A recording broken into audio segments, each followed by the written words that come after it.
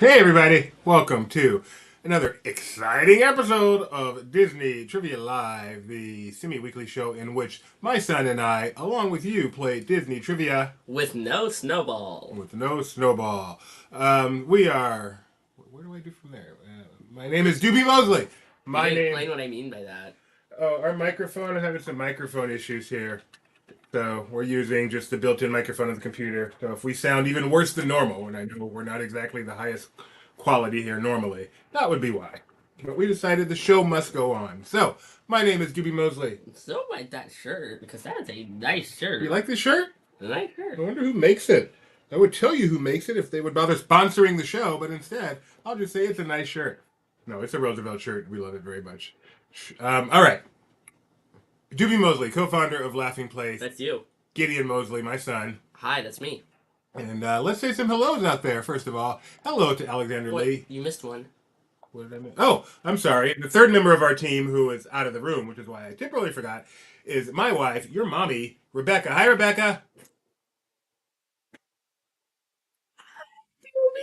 Hi, I already did it.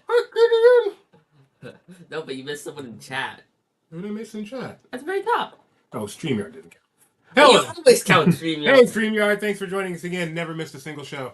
Hey, Except for Alexander the Lee. ones before we used Your StreamYard, funnily enough. Your birthday is coming up. I wonder, like, when do Do you... we get to sing happy birthday? At what point do you say my birthday is coming up? 1 month? Two? Because, I mean, my birthday's coming up. It's just 7 months away. So...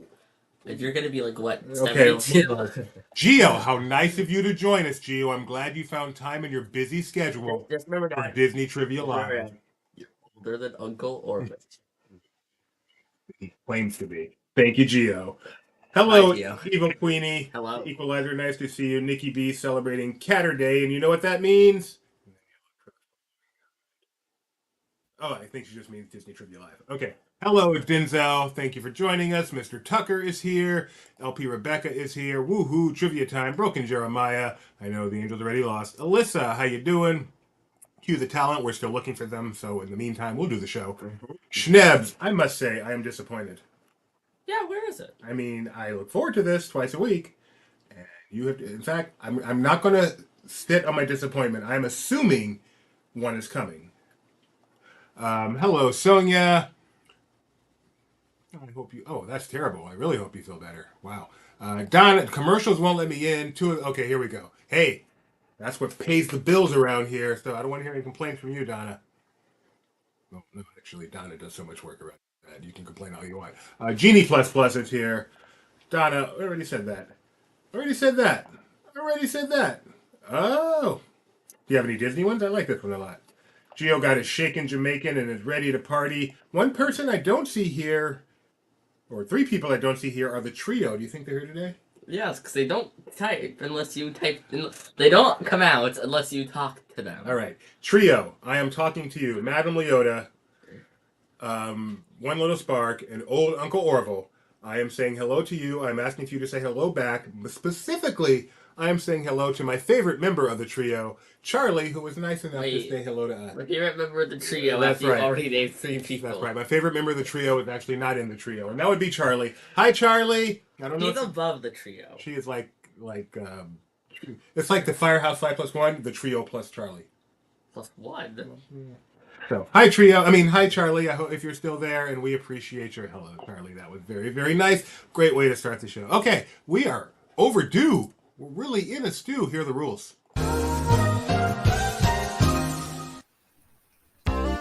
I'm sure you're ready to play Disney Trivia Live. But before we do, there are a few rules.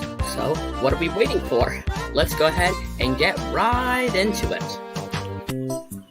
To start, you must play on 2 devices, unless you're on a computer. This is because you need to be able to see the live stream to see the questions, and the trivia program, which is used to answer. Now you'll need to be able to see both the screens at the same time, and there are a few ways of doing that. For example, on a computer this is simple. Just put the 2 windows side by side. It's not hard, but with other devices, you may have to think outside the box. If by yourself, the best bet is watching on some sort of tablet and playing on your phone. But with a lot of people, or if you're doing some weird taco and trivia party with friends, you might want to put us on the big screen of a TV and have everyone play on their phones. Oh, and not the old-fashioned type of phones. Phones that can run websites, like LP Quiz. You need LP Quiz to play the game, because it is how you answer the questions. Now remember, all I know is you have to go to lpquiz.com and type in a PIN. Not that kind. A 4-digit code, which you'll use when it's time to play the game. Oh, and by the way, we also have prizes. If luck is on your side, you'll get your very own Disney Trivia Live magnet. There are 2 ways of winning.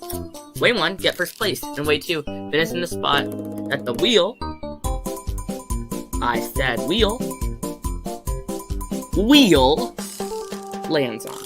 If you end up finishing in one of those 2 spots, go ahead and take a screenshot of your screen and send it to trivia@laughingplace.com. Oh, and one more thing.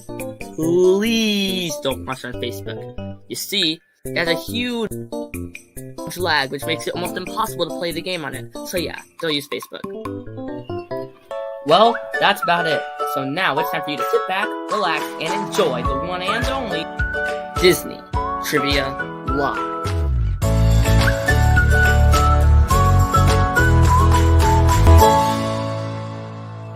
With Dube and Gideon.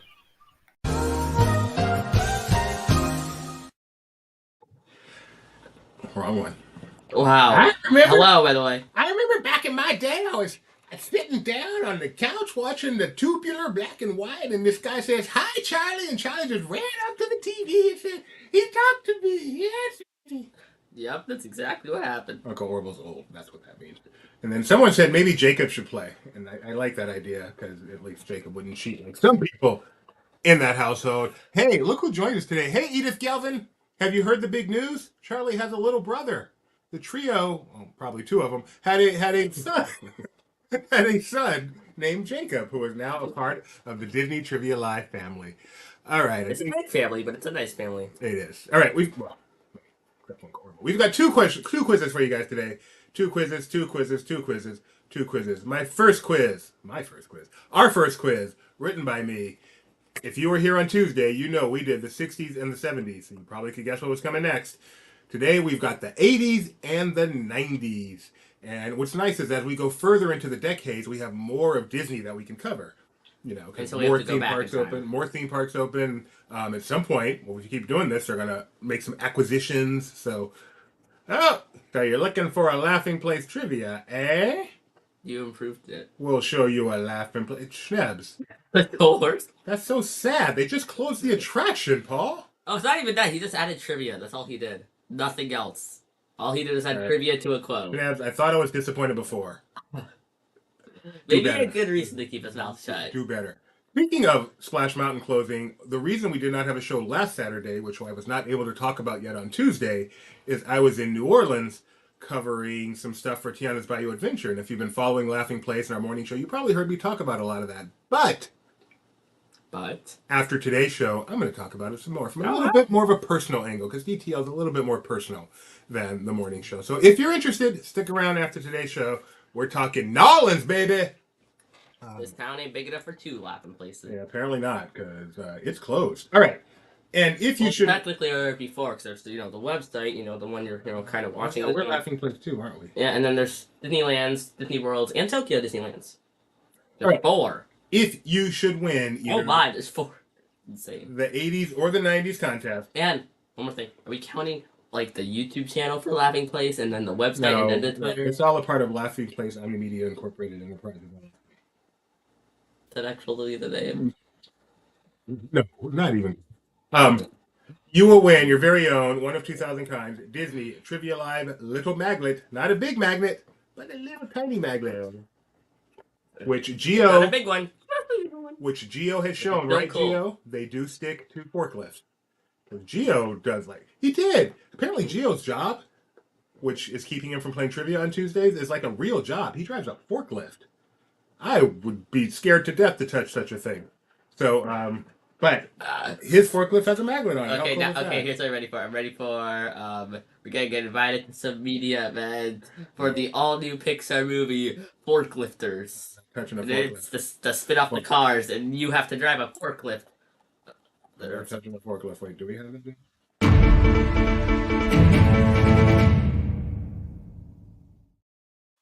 Kyle Burbank checking in from the Walt Disney Family Farm in Marceline, Mo. Educated folk. Hey, Kyle. Wow, thanks for finding a moment to say hi. I knew. What? Are you uneducated fool? Kyle is up in Marceline for a D23 event, I believe. But thank you for taking a moment to say hello, Kyle. I know you're very busy. There's a lot to do up there in Marceline. A lot to do. They stick to automobiles and refrigerators too. Wow. Okay. Where else do these things stick to? Let us know. Well, Where is the weirdest here. place? No. Don't answer that question. All right. Let's see. Well, it's not quite a maglet, but I was riding to go to a railway with my little tubey that sits on your shoulder, which sits on your shoulder with magnets. That's true. And with magnets, and I was holding it, and then all of a sudden it just left my hand and went onto the car. Turns out the runaway railway cars are magnetic. So all of a sudden my little tubey's just sitting on the wall of the runaway railway car. Kyle's by himself because Benji got sucked into working. Is anyone surprised? You should really put quotes around sucked into working. Benji lives for such things. All right. Oh yeah, we need at least. Wait, no, that's not. Get yourself to lpquiz.com. Oh wait, they stick to garage doors too. Oh, all right. Okay. Where do you put your Disney Trivia Live magnet? Let us know. All right, we need. Nope, still wrong part. Get yourself to lpquiz.com. lpquiz.com as we prepare to play our first contest. The 80s right now. 9972 is your pin. 9972. Oh, warning.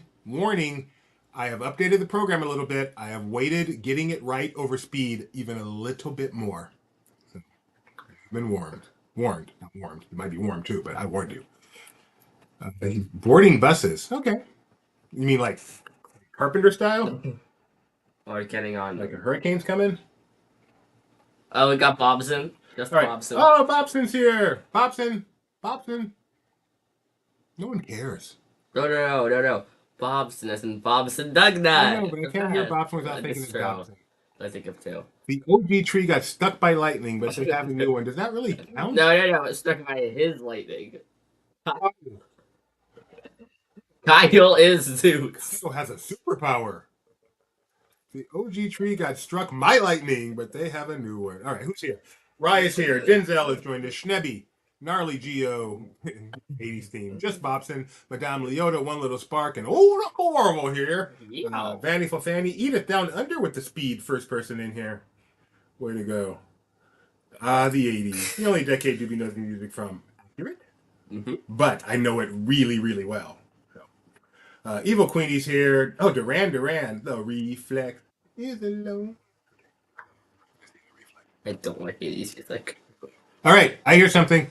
Oh, I hear something. Hi, it's me, Ethan. And if robots got dizzy, this would be pretty nauseating. But if it's all the same to you, please go ahead and spin that wheel, Gideon. They get the same rate. They aren't spinning like the same thing. Kidder with the fun fact. Duran was formed in the 80s. I wonder if that's actually accurate when they were actually formed. I'm sure you're right. Kidder's not wrong. Hey, everybody out there, let me know your favorite member of Duran. Mine is keyboardist Nick Rhodes. My favorite's Duran. And only the original 5. I don't want none of these other people. 10th. Even if it's in first or 10th place, you'll play your very own one of 2,000 kind and Trivia Live Maglet. Rebecca, do you have a favorite Duran member? She loves. Nikki B says Simon Le Bon. You remember that? You don't. Remember that video when they did A View to a Kill, and at the end they're on the Eiffel Tower because they did the main song. They did the main song for A View to a Kill, and he goes Bon, Simon Le Bon. Anyway, I'm Nick. One day I was so hungry, like a wolf. Very good. Denzel says Rio, which may be your favorite Duran song, but I asked for your favorite Duran member. But since you put that out there, let's hear your favorite Duran song too. Just start the quiz already. See, Robert Tucker. I mean, these are good songs, but you're a little bit after their prime. true fans, their songs are in the early to mid 80s. So Robert Tugger's not a true fan? I'm not saying that. I'm saying once they broke up, they did the Power Station and the Arcadia thing and then got back together. Still fantastic, great stuff, but it's not the same. Okay, here we go. First and 10th, Wyndham Magnet, Planet Earth. Now, see, this is from their first album. This is a great song. Look now, look all around. There's no sign of life. Voices. We're going to start now as soon as one of you guys says you're ready. Voices, another song. Can you hear me now? This is Planet Earth. Just one. Is 90s gonna be this bad? No, because I don't know any 90s songs. Good. Looking at. Remember, like Kyle said, the only songs Doobie knows stuff from. Oh, Donna just sent a pic. Oh, okay. I gotta go grab that. All right. Simon says ready. Very clever, Nikki B. I did not know you had that kind of cleverness in you. All right, here we go. We started each game with a poll. I get in. Our chance to get to know you better and your chance to get used to our lovely user interface. I believe both today's poll are brought to us by Gideon. Certainly the first one is. Do you have a happiest day of your life? Yes, I have one. Yes, but it's a tie because there's more than one. Unsure, or no, or E, I'm Mike Celestino, and I will get this question wrong. What do you mean? Remember the hat? No. He has a best day ever. It's not what it should be. But it's wrong. Therefore, it's wrong. Do you have a happiest day of your life? I wonder. Probably if I tried hard enough to think. I think I'm B. That's why I put that on there. It's hard to decide. They're so completely different.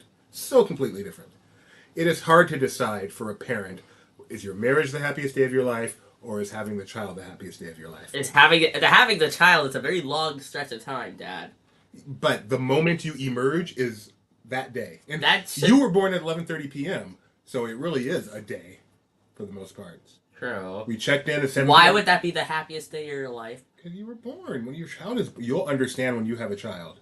I'm not saying it's a bad thing. I'm just saying the day it happens, that's all it could be a fun day. No, you say happy. It's true. Not the same thing at all. In fact, here's a lesson for all of you out there. Fun and happiness are completely different. You strive for happiness. Fun is fleeting. PSA over. Kidder's Happiest Day of My Life by Pink Floyd. Goes right into another. Awesome. Jeannie Plus says having a child is better than getting married, in her opinion. I do not share that opinion. What's your opinion? That I cannot compare them. They are both my happiest days. And I'm not. If she has an opinion, she'll chime in. All right. You guys said. Okay, we got a lot of yes, but it's a tie. What did they choose? Yes. I'm looking for the black mark. This is not a question. Yes. So yes, everyone has a happy. Oh, now all I want to do is sit here and find out everyone's happiest day of their life. That's so cool. I love that. Broken Jeremiah's happiest day was when John Cena followed me on Twitter for 2020. Nothing wrong with that. Is Rio the person named after Rio the river, Rio the town, both, or none of the above? That'll be our poll for the next on Tuesday, Paul. You're still trying to think of a better quote for Disney. Question number 1 in the category of the 80s. Here we go. Oh, that's a good fun fact, kidder. What opened on April 15th, 1983, when this song was number 1 on the charts? Blizzard Beach, Disney MGM Studios, Tokyo Disneyland, or Epcot Center? Please don't tell me it's all going to be photos of No, songs. they're not. Good. They're not. No, because I wouldn't had a put it date. past you. I've done it before. Because this is a date, I wanted to put the number 1 song on this date. Okay. And it happened to be, not Beat It, it happened to be Billie Jean by Michael Jackson. Never heard of that song. Time out! You've never heard of Billie Jean? No, actually. Have you heard of Michael Jackson? Yes, I have. Good. He was in Captain EO. Captain Geo? Yes, he's in Captain Geo. No Captain EO info. There might be some on here. Okay. All right. The correct answer is, do you know? Tokyo Disneyland. Would have gotten it wrong. Opened in 1983. What would you have said, you think? I think Blizzard Beach. I knew it wasn't Studios. I knew it wasn't Epcot. Do you think you would have gone with Blizzard? Yeah, I think I would have gone with Blizzard. All right, that is one question. After one question, let's see if Gio's in the lead. Gnarly Gio's in first place, but Just Bobson is right behind. followed by Kyle for a while, Rye, and Schnapps. That's funny. Sorry, I still got a bit of a cough, folks. I'll do my best. Question number 2. Folks. I like Casey. Folks. Hey, folks. Howdy, Hey, folks. y'all. Howdy, y'all. In what year did New Fantasyland officially open at Disneyland? Would that have been 1980, 1981, 1982, or 1983? I almost wore my Skyway shirt today. Then at the last second, I changed to my... You have decided. Hmm. It's cool. The Skyway ruins the theming. It does. It's really cool. It seems well in Tomorrowland. Does it, though? Yeah. All these brightly colored Someday buckets. we'll have brightly colored buckets flying over us. No, we won't. I was terrified of this ride. Now I would absolutely love it. No, you... Would you... Whenever we go down to Great America, don't I love riding the Sky Ride? That's true, you Yeah, do. I do. Mm-hmm. The year syndicated a Wheel of Fortune. Kidder is on That's- a roll today. You got some good ones. They have nothing to do with what the actual questions are, but they're still incredible facts, and I love them. Kyle met Mr. Morrow today, and he was wearing your matching shirt. Did you tell him? You know, he and I are buds now. We hung out. Okay, we met at the New Orleans event. Did you mention? You know, yes. Nate, the one and only Nate from Paging Mr. Morrow.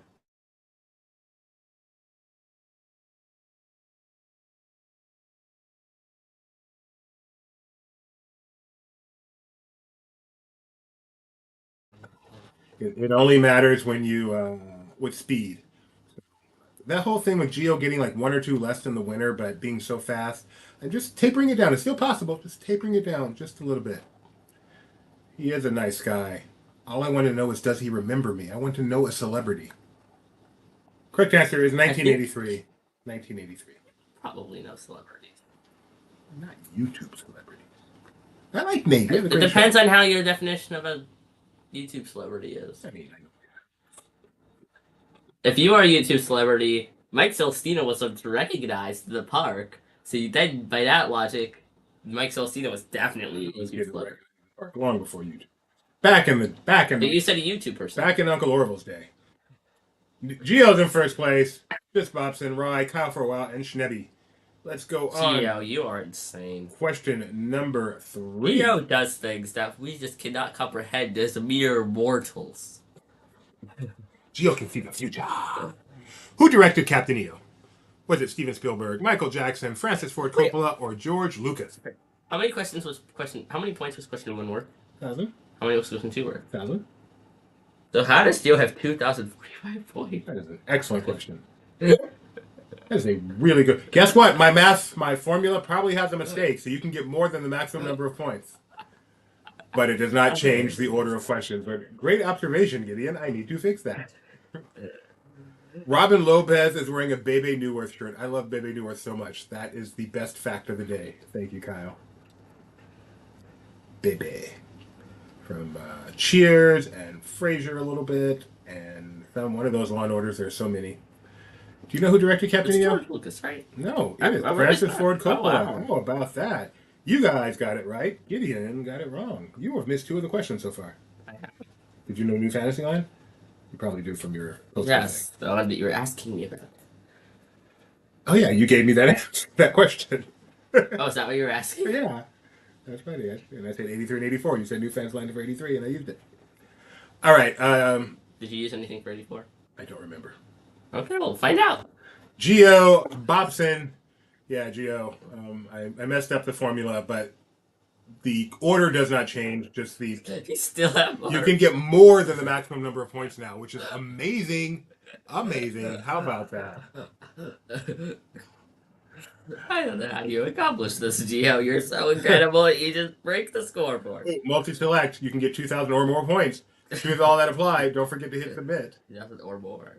Which of these films were initially released in the 1980s? That's a big list. Return from Witch Mountain, Popeye, Honey, I Shrunk the Kids, Return to Oz. Could be 1, 2, 3, or 4 of those. And you're sure none of those are on that little poster there? I'm not sure at all. That would help I know. if they are. But I'm currently looking at it. Yes, Robert Tucker. Francis Ford Coppola also did The Godfather and Godfather 2 and Godfather 3. Oh, well, there's only like...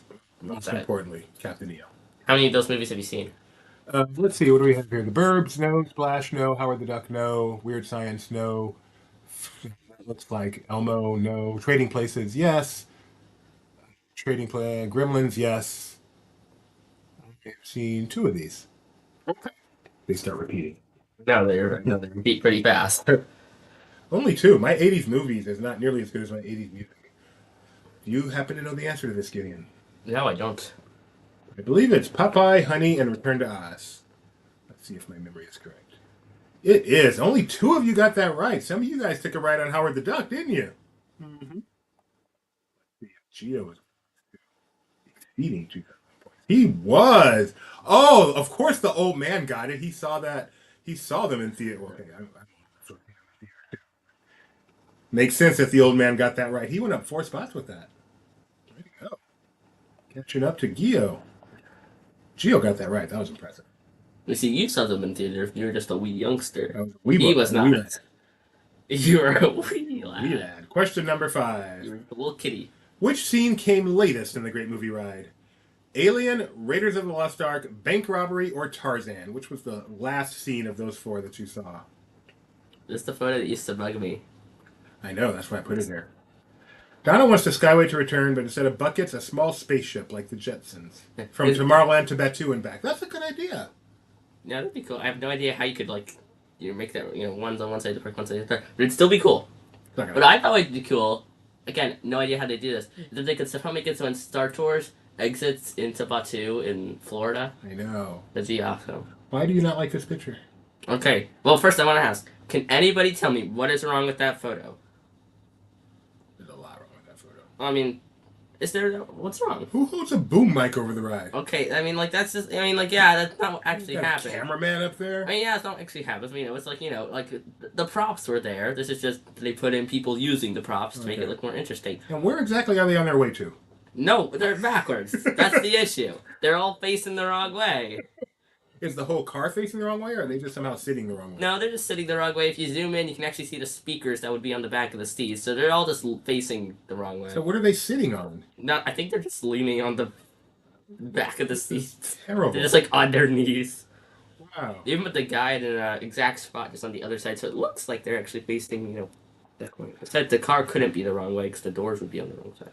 I don't think there were doors on both sides. Correct answer is Tarzan. So Gideon, what are the order of these for? Bank Robbery would be first, then Alien, then immediately after. In fact, in order. Bank Robbery, Alien, Raiders of the Lost Ark, and then there'd be, depending on how you count, 2 more seeds, and then Tarzan.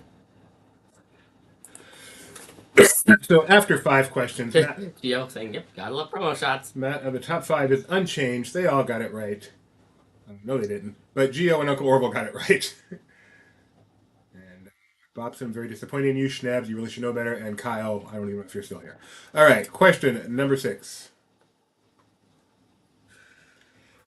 1,000 or more points. Yes, I'm sure it did. What 80s film is this image from? That's all. Not even a picture reveal. What 80s film is this image from? Is this from Condor Man, Night Crossing, Flight of the Navigator, or Trenchcoat? How could anyone get this? Hey, Grandma and Grandpa weren't here today. Yeah, they're not. Too bad. Bobson never rode that ride. How do you know what Bobson's ridden? Bobson's been around for a long, long time. Bobson's a baseball player. From like the 80s. Bobson. Look at Bobson here. Bobson's never been on that ride. Alyssa thinks it's Night Crossing. Have you ever heard of Night Crossing, Gideon? No, I've not heard of any of these. Whoa. Wait, no. I've heard of Flight of the Navigator. Maybe I've heard of Concord Man. Please tell me you've heard... Concord Man? No, it's Condor Man. Condor.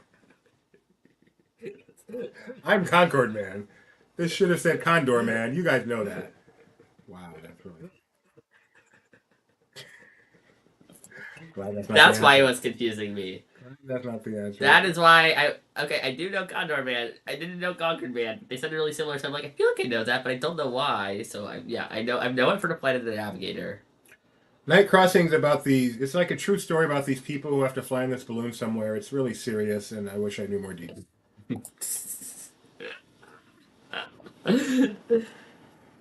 Trenchcoat. Is Trenchcoat? Someone tell me. Does Trenchcoat star Christopher Reeves? Because for some reason, when I hear Trenchcoat, I think Christopher Reeves. So I don't know if I'm thinking of the right movie or not. Who knows? All right, Gnarly Geo, Old Man Orville, Bob first and second place. Geo's taking off with this one. Question number 7. Was it a Disney Channel movie? No, I think it was a real movie. I'm pretty sure it was a real movie. Oh, Margot Kidder. That's why I thought it was Christopher Reeves. That's awesome. According to lore, the original owner of Pleasure Island at Disney World was Meriwether Pleasure, Stromboli, Lillian Disney, or Dr. Albert Island.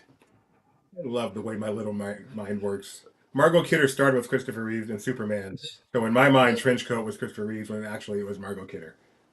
Your mind works in a very special way. Do you know the answer to this one? I'm sure you do, because the choices are dumb. Would you have known the answer to this one without the choices? I think I would have. Okay. A, right? Yes, it is A. Trenchcoat. Yeah, word autocorrect. It is Meriwether Pleasure. It is not Dr. Albert Island, although you have no idea how much I wish it was. Dr. Albert Island. Good job, guys. After 7 questions, Gio with the perfect score. Gio saying, I just let y'all win on Tuesday because I didn't show up. Otherwise, you know, it's my game and you're all just playing in it. Uncle Orville and the other 3. Question number 8. Gio is the game. He isn't the contestant. He is the game. Oh, wow. That's high praise. Question number 8. Thank you, Donna. Gio doesn't know the answers. He is the answer. In what country, in what year did the Country Bear Christmas Special debut at Disneyland? Shut up. 1984, 85, 86, or 87? Wow. In what year, and this picture is called a bad copy paste, did the Country Bear Christmas Special debut at Disneyland? 84, 85, 86, or 87? The answer's easy. The Country Bear Playhouse. What? That's what in what did the Country Bear Christmas Special debut? Oh. It debuted at the Country Bear Playhouse. Also, wow, they really changed the stage of this show. It looks completely different. I acknowledged my mistake from the beginning. I don't need the pile. Which mistake? There's 2. Let's just see if you got the answer correct. Correct answer is 1984. 4. The year syndicated Jeopardy premiered, apparently. Yeah. Kidder is all over the game show syndication. I know. After 8 questions, Gio says he doesn't know, so he may have missed that one. Did he? He did. Gio is no longer the game. Okay, Rebecca says that isn't the appropriate nomenclature for that show. I read it. What did you call it? The Country Bear Christmas Special. That is what it said in my little 40 Years of Adventure So poster. I did use 1984 as well. Yes. Yeah, that's what it said on his poster, so that's what I'm going with. Is it accurate? Then again, the Matterhorn opened in 1955. Who knows? All right, so Gio Not on the poster, but same company. has 7 right. Uncle Orville has 7 right, but Gio has a big lead because one of those 7 was the... I think multiple. Was the multiple, which is why, not the time difference, because I reduced that. He can go beyond what the max amount of points are because he's a magical man. Question number 9, like Edith. Who became CEO of Disney in 1983? Bob Iger, Ron Miller, Roy E. Disney, or Michael Eisner? CEO of Disney in 1983. This, by the way, this picture from startup.com. This is one of my favorite movies of all time, a documentary following a company that thought they were about to strike it rich in the dot-com era and ended up going out of business. I love this documentary so much. So much. If you like rise and fall kind of stories, being in there when stuff happens, startup.com. Highly recommended. Yeah, nice going, kid. Nice going. I bet more than one of you guys said Michael Eisner. And you'd be wrong! Ooh. Eisner became CEO in 1984. Prior to that, Ron Miller became CEO. You guys took a ride on Bob Chapek's term. Rebecca also recommends, as do I, the 30 for 30 that just came out for American Gladiators. It is awesome. Truly awesome. If you remember that era, the 80s, the 80s, right? Yeah, the 80s. Go watch 30 for 30 American Gladiators. So good. 2-parter. Enjoy every minute of it. Ron Miller is the correct answer. See if that changed. Do you think Gio may have missed that one? Gio did miss that one. Uncle Orville got it right. They are closer now. Old man Orville, who I believe was at that swearing-in ceremony for Ron Miller, is actually has more right than Geo. But one of them was a 2,000 point question, so this isn't the time that's going to Actually, be is that different. Uncle Orville It's who the won point only value. replaced? Because if Geo's was a 1,000 point question, I think Uncle Orville would be in the lead, even despite the 10-second time difference, which is what I want it to be. So it's working. Anyways, Tricky quiz, Doobie. Thank you, Schnabby. Final question. 1,000 points or more. What 1980s Disney film starred Matt Dillon? Is it Flight of the Navigator, The Great Mouse Detective, Something Wicked, This Way Comes, or Tex? It's hard, but I don't know who Matt Dillon is. He's the guy in the center of this picture in one of the greatest movies of all time with what a cast. Check out that cast. You've got the guy in the upper left, Matt Dillon, Rob Lowe, Tom Cruise, C. Thomas Howell, Ralph Macchio, Emilio Estevez, and back to the guy in the upper left, who I can't remember his name. It's not Patrick Swayze. No, it's not Patrick. Is it Patrick Swayze? Maybe it is Patrick Swayze. Who's the guy in the upper left? Is it Patrick Swayze? And this is The Outsiders. What an amazing movie. How many times can you say Patrick Swayze in like 10 seconds? Is it Patrick Swayze? Is. Donner, you tell me it is Patrick Swayze? All right, so you got Patrick Swayze, Matt Dillon, Rob Lowe, Tom Cruise, C. Thomas Howell, Ralph Macchio, and Emilio Estevez. Wait, go through that list one more time? No. Just one. Patrick Swayze, Matt Dillon, I'm going clockwise, Rob Lowe, Tom Cruise, C. Thomas Howell, Ralph Macchio, and Emilio Estevez. I've heard of approximately 3 of those. Okay, that's not bad. Yes, it is Patrick Swayze. Okay, thank you. So look, what a cast! 7 people. 6 of them are 5 of them, 4. A bunch of them are superstars. Wow. Gotta do it for Johnny, man. Gotta do it for Johnny. Denzel knows. That's from the movie. Stay gold, pony boy. That's from the movie. Stay gold. Yes. Just start. Stay Let gold, the pony answer. boy. That's the answer. When I stepped out into the bright blue sunlight. Love that movie. Love the book, too. Tex is the correct answer, starring Matt Dillon. Are you checking out your shirt? Yeah, I like my shirt. Let's find out the podium, Gideon.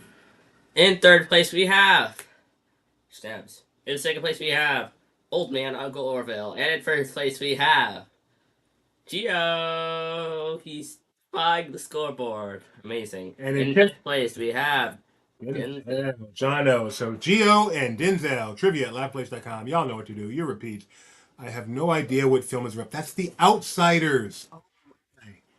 Clearly, that's what she is right now. Who is it written by? Something Hinton or Hinton something? Something Charles Hinton? S.E. Hinton? P.E. Hinton? Hello? Who wrote The Outsiders? Someone tell me. Oh, and I think it was directed by Francis Ford Coppola, wasn't it? We've just come full circle. What?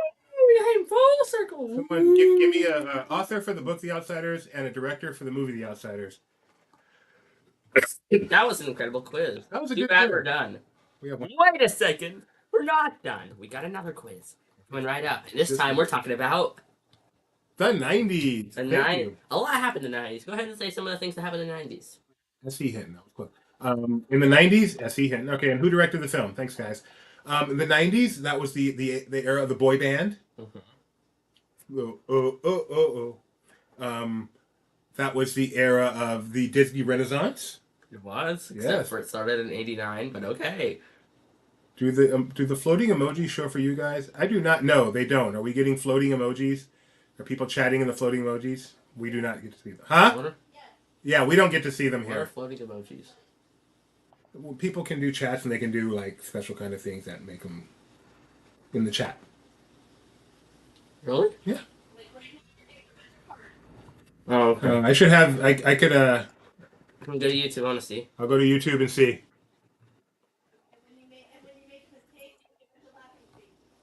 Do they really? How nice of them. All right, someone do some floating emojis. I want to see. Oh. The right. On YouTube? Okay. All right. I opened up YouTube, but it's not the app. I wonder if it doesn't show on the web version. It doesn't. Okay. So I need to like keep my phone here. Oh, she's coming. We've got floating emoji. Oh, cool. And so, like, when you say, "Oh, is that Patrick Swayze?" then you'll see like a bunch of hundreds are going by because everybody's like, "Yes, totally, 100%." I gotta put my there so I can know what's going on. Yeah. But don't forget, it's a little bit behind. Yep, totally. Mute it. Oh, look, they're floating. You can watch them float. Oh, why do you use light mode? Not in your face. The next. All right, we're doing the 90s now. It's so cool. I can see floating emojis. Here we go. Transition. lpquiz.com. lpquiz.com. 8735. 8735. 8735. All right, I'm looking now. I want some more floating I feel like we emojis. should probably put it where we're not looking like off into the like. Okay, I thought the light mode was bothering you. There were some floaties. I mean, it is, but I can deal. You can turn your brightness down. Oh, Donna's finger hurts from hitting heart. Oh. Oh, that means we also see the chat here before we see the chat there. Oh, that's nice. All right, so the 90s, the era of the boy band. Newborn Caitlin, apparently a 90s child. Vanny Fobani Babani. Edith is here with us. The uppity squirrel. What makes a squirrel uppity? What do you think? I know what uppity newbie does. Eat it, not But what does an uppity squirrel do? He crawls up buildings. I feel like they would only get like gourmet nuts from Whole Foods, like the just normal walnuts. Yep, he gets gourmet nuts. Yeah. Madam Leota is here. Uncle Orville, Old Man Spark. I mean, One Little Spark, Old Man Orville's here. Schnebby's here, still waiting for your better quote. Backstreet Geo, Backstreet Boys, Backstreet Boys. Donna's mom is 93. Wow. Crazy. Congratulations on her. Yeah, that is sad, Rebecca. I agree. I'm going to die. I'm going to mute for a second.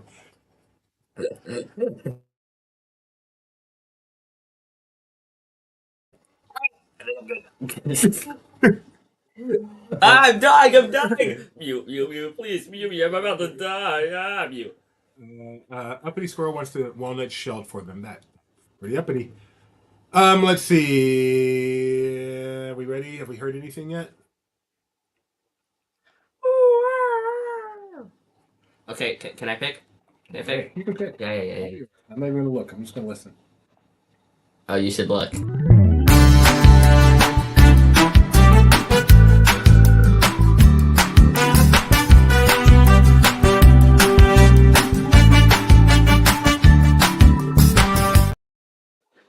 I get to watch it for just a little bit longer. Yeah! It's a very short delay, but that may be because the phone's right next to the computer. My favorite's the nut wheel, I think. All right. First thing Geo is going to be red hot Geo pepper. 13. 9? Fitting 90s. If you finish in first or 9 of the 90s, you will win your very own Disney Trivia Live magazine. Here we go. We started to come to the poll. You know you better. Here's the big poll. Are you okay? Our chance to get to know you better, and your chance to get used to the lovely user interface. Today's poll question is from the mind of Gideon. Have you ever broken a bone? Yes. No. Unsure. Or I don't have any bones to break. Makes sense. Have you ever broken a bone? I don't believe so. You have not. I am not sure if I have. I got hit in the face with a baseball, and I went to the doctor. I don't know if I actually broke my nose or not. But that, if I did, that would be my only bone break. So tell me, look at my nose. Does it look like it's been broken? Could you smell me? No, breaking your nose doesn't mean you lose your ability to smell. I mean, that feels like if you couldn't smell, your nose would be broken. Wow. Oh, that's horrible. A mom bragged about never having a broken bone, and then that night broke it? Yep. Oh, that's horrible. Yep. Oh, that's horrible. That's funny. I have never broken a bone. I am saying it loudly today, and I am not at all worried about breaking Hey, look at that bill up there. Look at die. One of the first things she did after they realized was she wrote all the moms. She sent a text to the mom group saying, "You'll never guess what happened." So, Oh, it's not so bad. Edith broke. See, I thought Edith was human all this time, but she broke her tailbone as a kid. Apparently, Edith has a tail. T-I-L. No, T-A-I-L.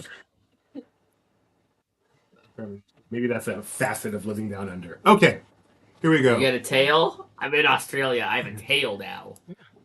I just got some deja vu with that for some reason. Have we had this exact conversation before about Edith having a tail? I hope not. She says, I had a tail. Exactly. You broke it. That's okay. Where isn't it going? I know I pressed the button. Oh. You press the button to make Wow, it. most people have not. I am shocked. You haven't either, right, hon? No, I've never broken a bone. I just feel like when Okay, break one. when we were in elementary school, like every other day, someone's walking around with a cast on their arm.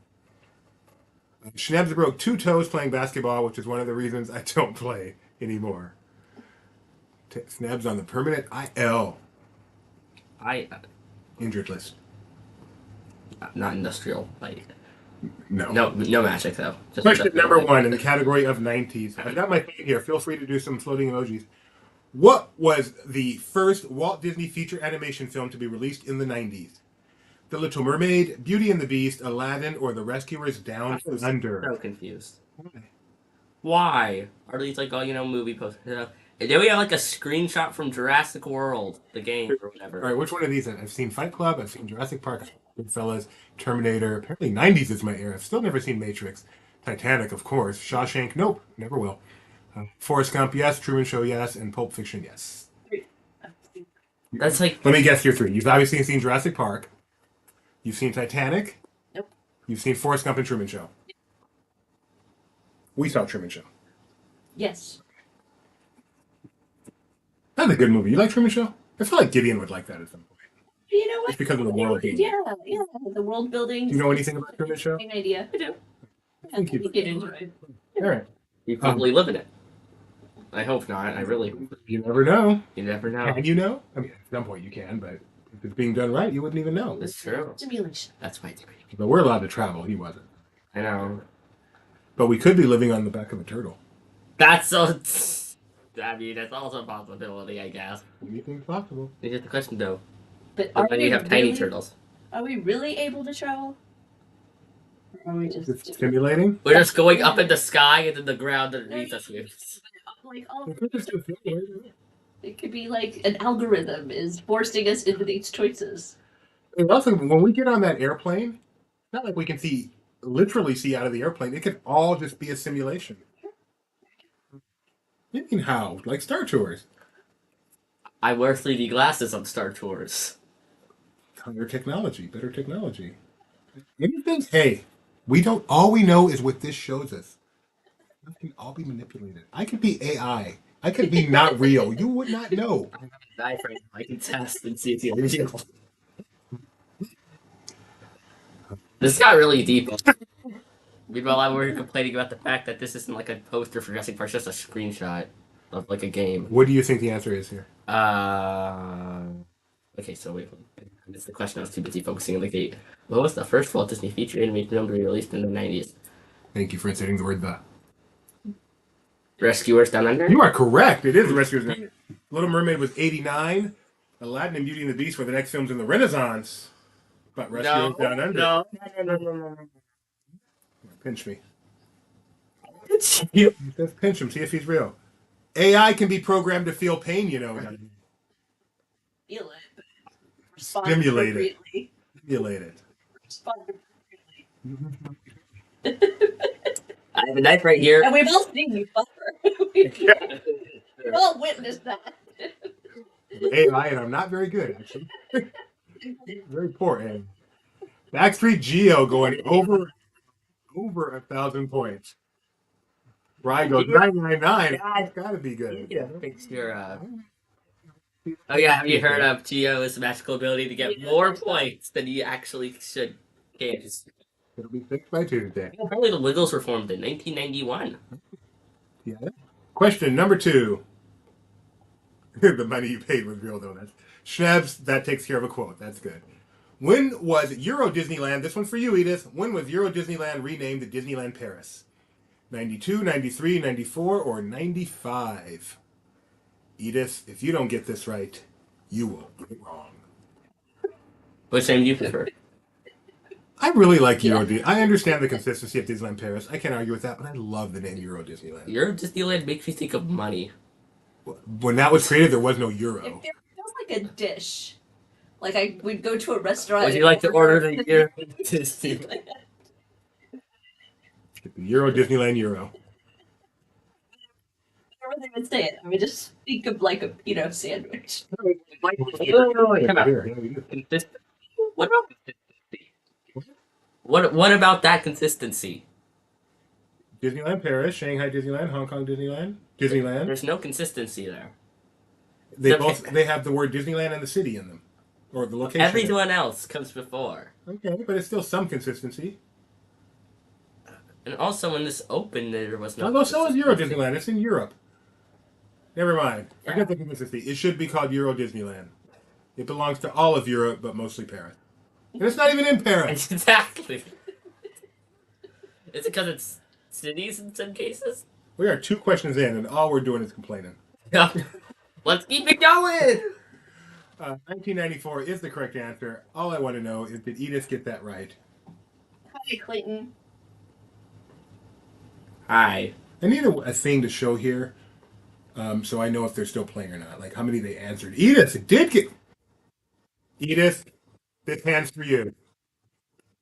You're not in the top 5, but we know you got it right.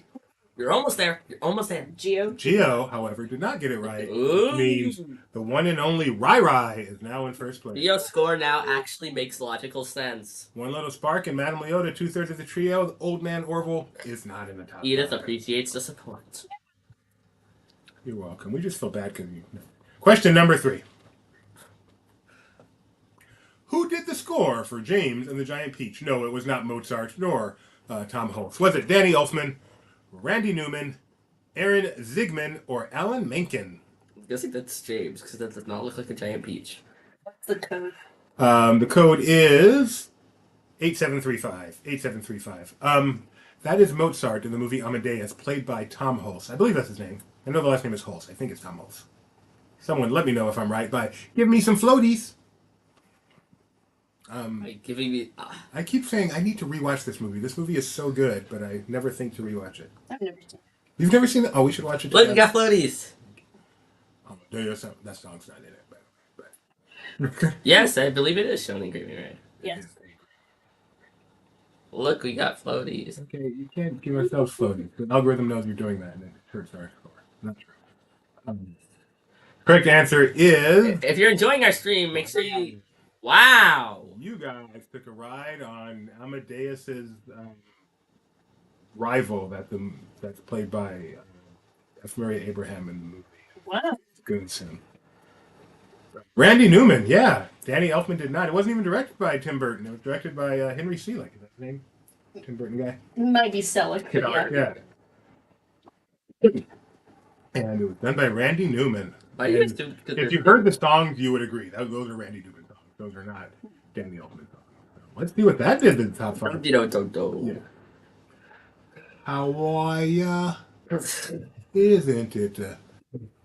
Rye knew that. Way to go. Way out in front now. Geo is nowhere to be seen. Not to pick on you, Geo, but I'm picking on you. Yes. Staying in the same spot. Oh, But... there he is. He's in 4th place. What do we mean nowhere to be seen? That's a great point. Edith. This genuinely shook me. I didn't know where you lived, We're earthquakes. here. We're here for you. Okay. Why did it shake you? Is it because you love the soundtrack and you can't believe you love a Randy Newman soundtrack? Edith doesn't even trust you. I ran to Wikipedia out of disbelief. That hurts, Edith. That hurts like falling on my tailbone. Question number 4. Where was Country Bear Christmas Special debuted? Question number 4. Awkward Man. Hurt, Edith. Walt Kept it to Disney was yourself. not a No, deal. thank you for admitting your mistake, Edith. What Imagineer was the primary creative behind Animal Kingdom? Joe Rohde, Tony Baxter, Scott Trowbridge, or Bob Wise? Why am I freaking out looking at a tiger's I butt? believe it's called acting. Look at a tiger's butt. He's afraid of nothing. Is he holding sunscreen? That is, I think it's one of the Wilderness Explorers, man. This is such a random photo of Jude. There's like 3 of them, too. We're really trying to get this right shot for some reason. Just had to get me. Look at the tiger. Edith had a message typed out and ready to go about how Danny Elfman turned 70 this week. Take that, Edith. Although I got to give Edith respect for admitting that she was wrong.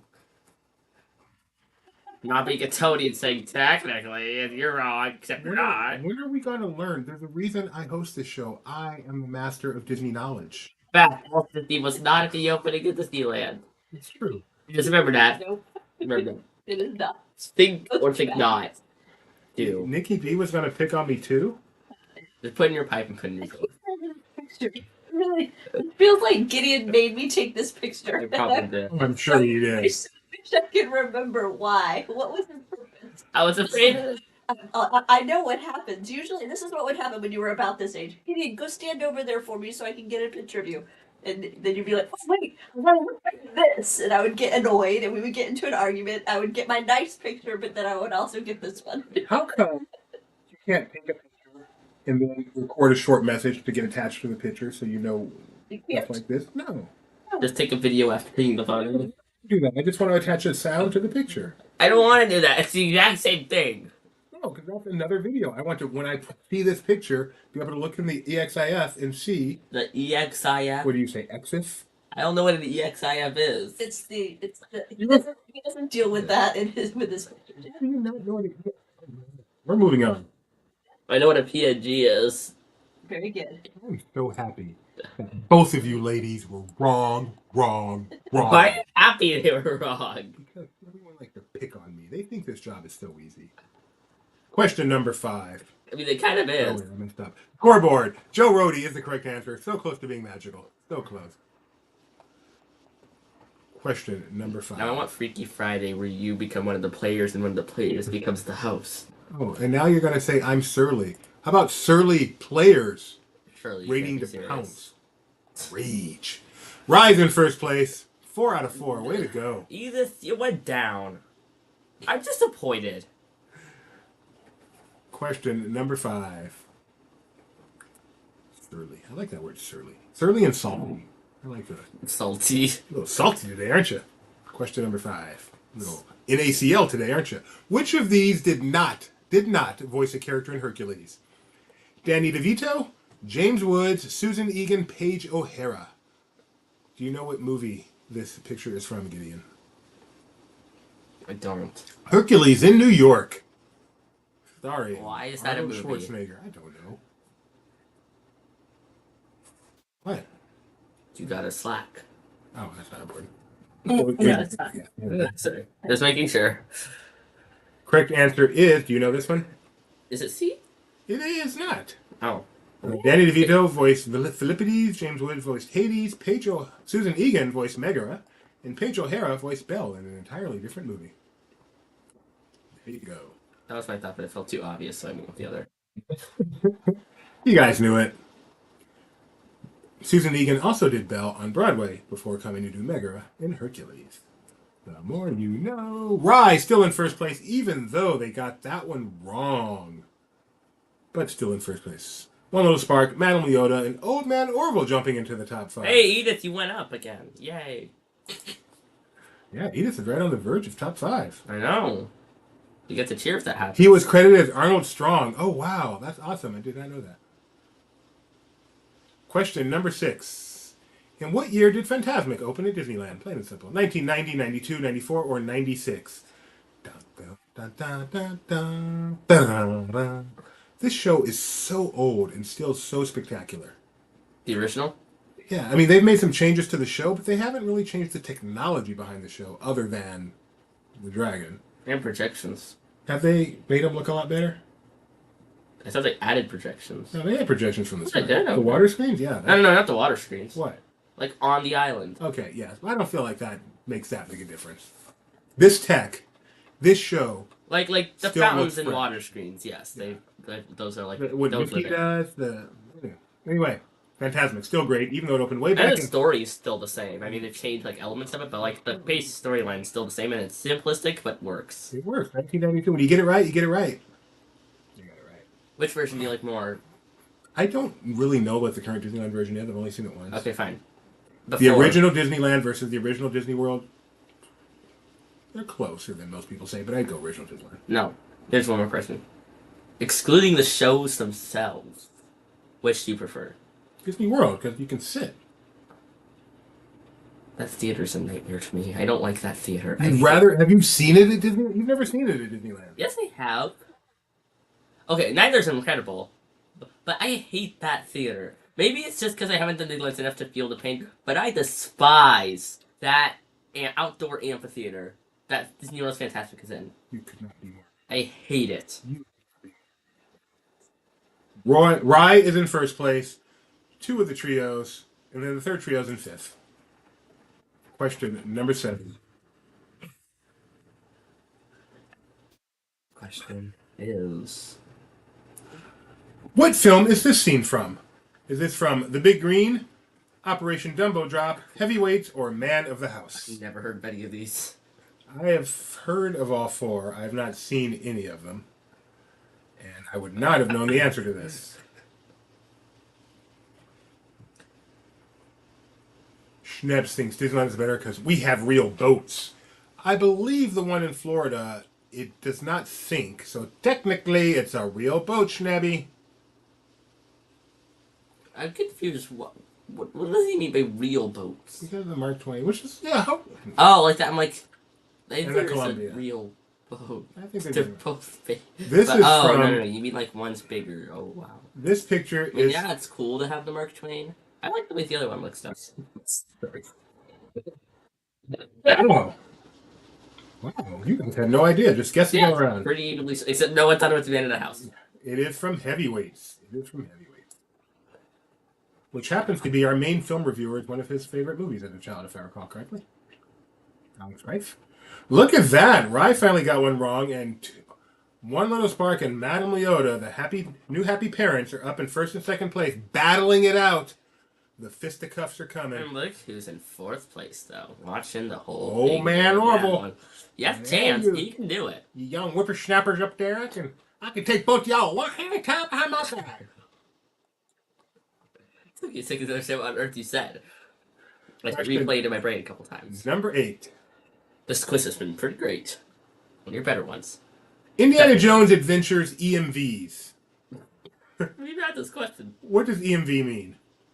Enhanced Movement Vehicle, Energetic Movement Vehicle, Enhanced Movement Voyage, or Enhanced Motion Vehicle? I think we've had this question. We have. Probably not these same choices. I don't think so. Yeah. I really don't. But we have had a similar question. What does EMV stand for? By the way, the first part of this question, not an actual sentence. I'm missing a word. At least one word. Indiana Jones.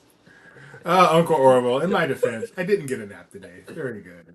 Very good. Indiana Jones Adventure EMVs. That is a sentence. If I No, got it's my not nap- actually. That is not a sentence. Correct answer is, of course, Extremely movie filter from Splash Brown. Enhanced Motion Vehicle is what EMV stands for. It's an exciting movement vehicle. After 8 questions, One Little Spark and Madame Leota are in a battle for first place. Well, Uncle Orpha went down and Edith went up. So, folks, those of you who are Laughing Place Patreons, we will now take you, and only you, to the live camera inside One Little Spark and Madame Leota's home as they battle it out over the last 2 questions to see who wins. If you are not seeing that right now, it means you are not a Patreon. Join. It's just satisfying to click. Laughing Place Patreon. We're just kidding. Now, should we have a Patreon? Question That's a different question. number 9. I wish I could see inside that house right now as they're this close battling for first place. That must be fun. Fists are flying. Who wrote the lyrics for the songs in Pocahontas? Stephen Schwartz, Tim Rice, Alan Menken, Howard Ashman. Who wrote the lyrics for the songs in Pocahontas? Now, Uncle Orwell pointing out that Patreon camera's going to be real boring today. We're out of town. Look for the 2 tired people. Yeah, I bet you are. Whew. New baby. And it's not like Charlie's exactly taking care of herself. That is a lot of work. A lot of work. And yet you're still here for trivia, so thank you very much. We have dedicated fans. Sorry. We do. I appreciate it very much. Who wrote the lyrics for Pocahontas? It is, of course, Not Tim Rice. Great guess, Alyssa. He did do the lyrics for the movie before Pocahontas. What's the movie before Pocahontas? No, he didn't. Never mind. So anyway, the answer is Stephen Schwartz. Alan Menken did the music. Ooh. That would have been a weird attraction. Yeah, not cartoon spin. That is fascinating, Schnebby. There's Well, they don't spin, so I mean, that'd be kind of hard to do. Roger Rabbit's cartoon spin. Maybe except when you they were like working on it. Anyway, not too many of you guys got Stephen Schwartz. Let's see how the two at the top did.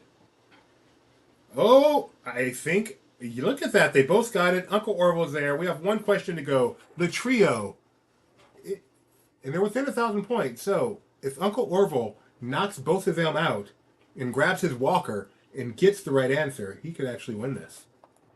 Good luck to the trio. Final question. Question number 10. How many guests fit in one elevator on Tower of Terror?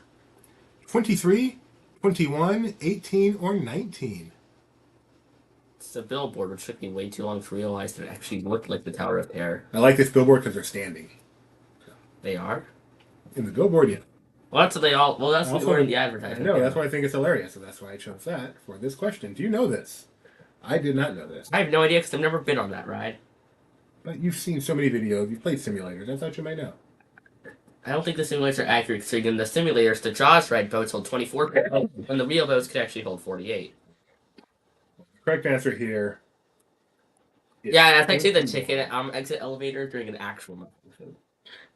21. Good job, guys. 21 is the correct answer. I love the chicken exit elevator because it's like all these rusty looking doors and you go inside. It's like the stainless steel elevator. It's kind of funny. Uncle Orville, Madame Leota, One Little Spark. It's the trio 1, 2, 3. Anna, Rye, and Backstreet Geo. In ninth place. Oh, Edith, we're so close, but it's Denzel again. Denzel again. So Denzel gets 2 loser prizes, and One Little Spark is a winner. I don't know if that's an achievement or not. You got 2 maglets, but it also means that you How close to it. One of our closest games ever.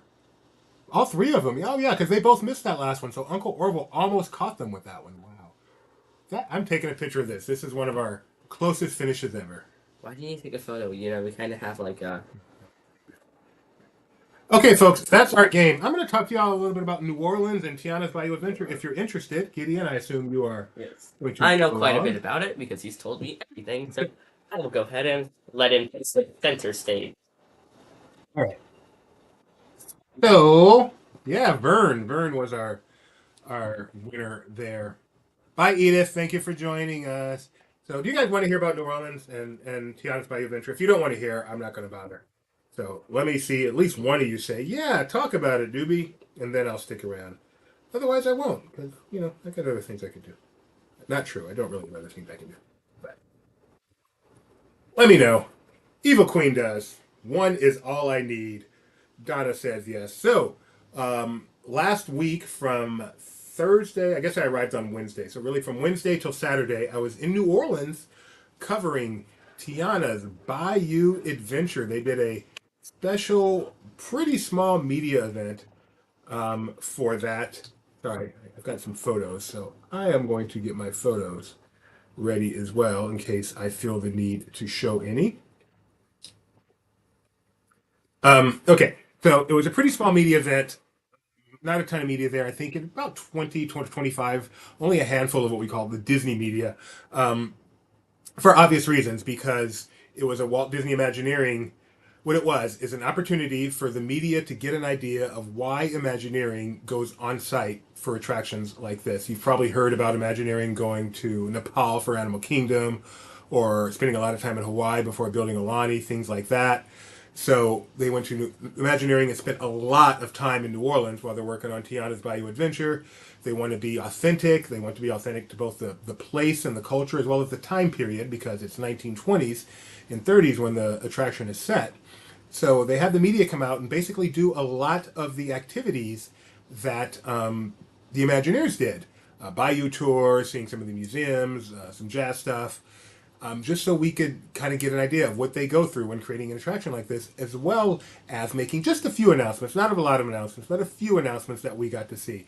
Just an amazing opportunity. I've been media since 1999, I think. Laughing Place never had anything like this happen before. So just an amazing opportunity. Thank you, Gio.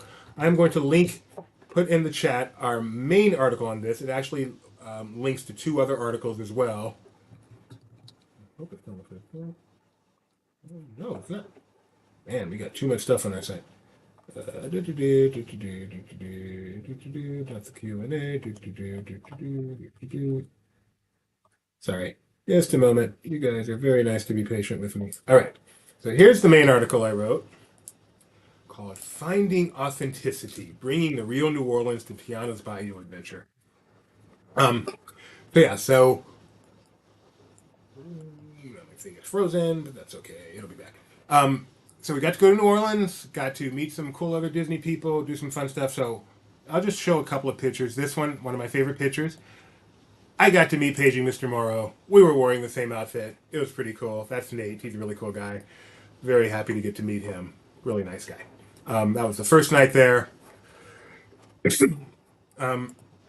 So our first real adventure, we went to something that first night where we just got to learn a little bit about New Orleans in general, but it wasn't one of the things the Imagineers did.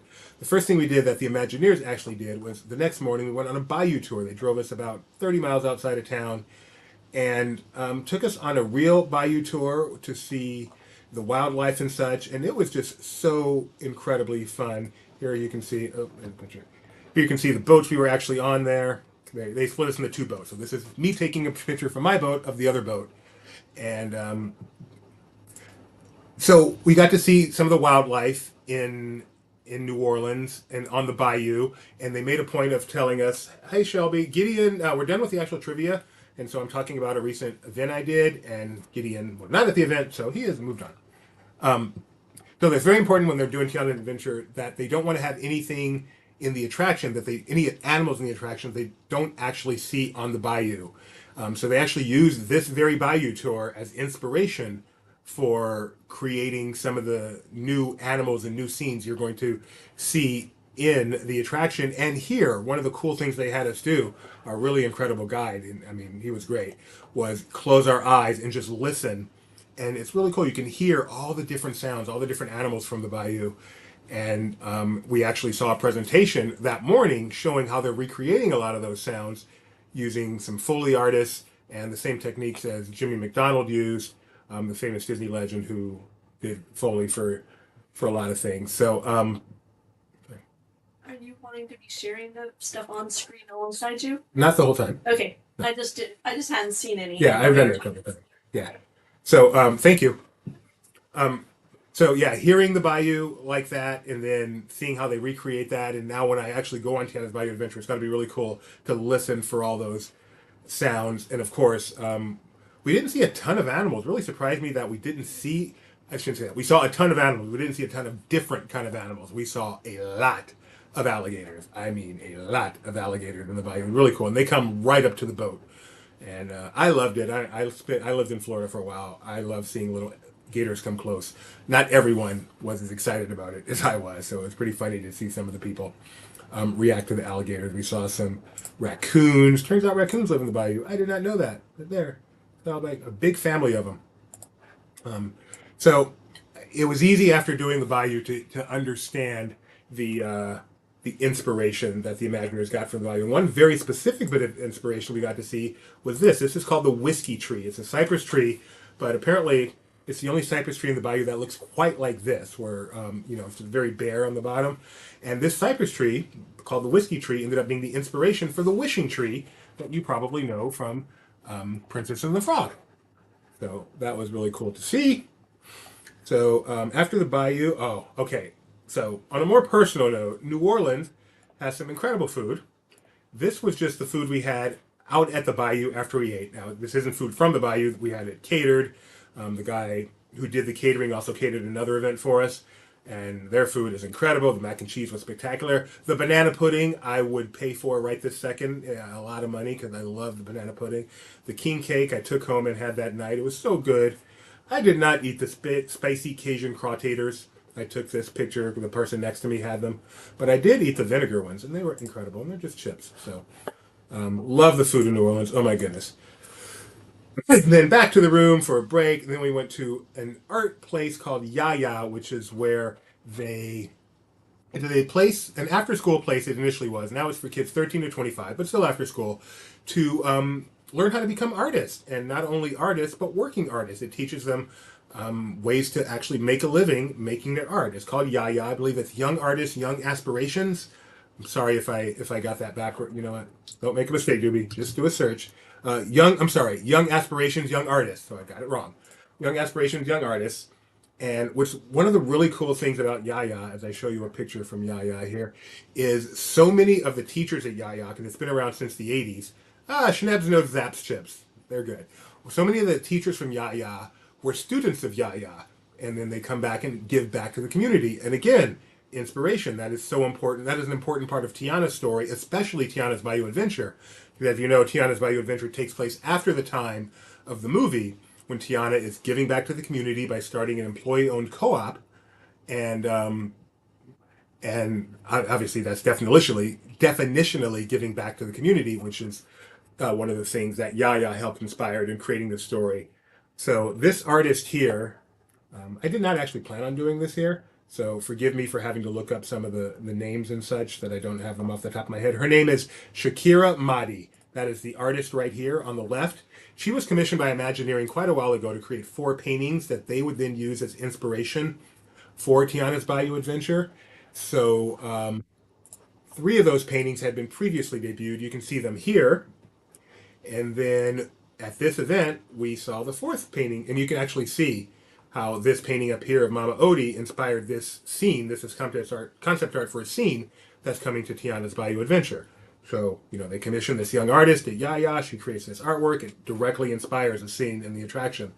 Pretty cool how that works. So we got to see her 4th piece get debuted at this event, and this is it right here. It's Tiana and her mom, and then her father, a picture of her late father sitting on the couch in their home. Just really cool. Yaya was a great place to go. I am not into art one tiny bit, but I am into helping people with their passions, and seeing the kids here with their passions and being assisted by the instructors here at Yaya was amazing. This one really stands out to me. This young lady here is working on, I don't know if it's called glass blowing, but you put the glass in a really, really hot thing. It comes out soft, and then you mold it. And she was just having a little trouble. And this gentleman here, he's an expert at it from Los Angeles, who's visiting out here helping. And he really took her through a lesson that I keep talking about this. I love just sitting there watching him teach her his expertise and giving that to her. And I'm so happy I actually have it on video. And at some point, we'll get that on a YouTube short or something so you can see that. It was just really cool. So Yaya was great. And then following Yaya, we went to Dookie Chase's. You may know Dookie Chase's, one of the most famous restaurants in New Orleans. It was created, or not created, but made famous and made what it is today by Leah Chase. It was actually created by her parents. But Leah Chase is the one who made it what it is today. She's no longer with us. And she is the inspiration for Princess Tiana, the direct inspiration for the Princess Tiana and Princess and the Frog. And this restaurant, Dookie Chase's, is the inspiration for her restaurant that she creates in Princess and the Frog. So we got to go there. Oh my goodness. Spectacular place to visit. Walk in. First thing you see when you get in there is Tiana herself in Dookie Chase's. I mean, it was a moment. It was a moment. It was so cool. Got to take pictures with Tiana. I will show you mine. Put on a shirt for the occasion. Very happy to get to meet Tiana. Love watching everyone else meet Tiana. Especially since so much of the media was not Disney media. So they're not, jaded by meeting characters. A lot of fun to watch a lot of these people just go up and meet Princess Tiana. It was fun. And then the food, of course. Dookie Chase's is all about the food. Oh, sorry. So as I said, Leah Chase is no longer with us. Her daughter Stella is now the matriarch for Dookie Chase's restaurant. And she told us the story of the restaurant and her family, the story of her family and how important it was for her family to give back, to give more and more. Yeah, it's great. More and more how important it was for her family in the early days of Dookie Chases to give back to the community. She talked about how they would cash checks for the black people in the neighborhood because they couldn't just go to a bank and get even their payroll checks cashed back in the day. A lot of banks wouldn't do that, so they would just come and cash the checks and give the people the cash and take care of it for them as a way to give back to the community. They really wanted this to be a place where everyone could come. This wasn't a black restaurant. This was a place for everyone to come. They were welcoming to everyone from even at a time where that wasn't as common. So love to hear Stella Chase talk about Dookie Chases. This lady over here on the left, that is Carmen Smith. She is one of the people in charge of creating Tiana's Bayou Adventure. And one of the cool things about going to an event like this, we heard from Carmen Smith a lot at this event. We also heard from 2 other Imagineers quite a bit. And again, excuse me while I get names for you, because I don't want to mess up, and I'm just not great at remembering names. But, oh, didn't tag that one right. Sorry. So, Carmen Smith, give me 1 second. Sorry about that. Yeah, that's better. Sure.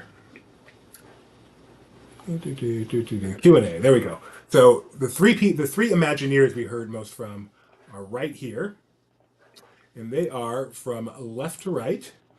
They are Carmen Smith, who is the Senior Vice President and Executive Creative Development Product Content / and Exclusive Strategies. There's a mouthful.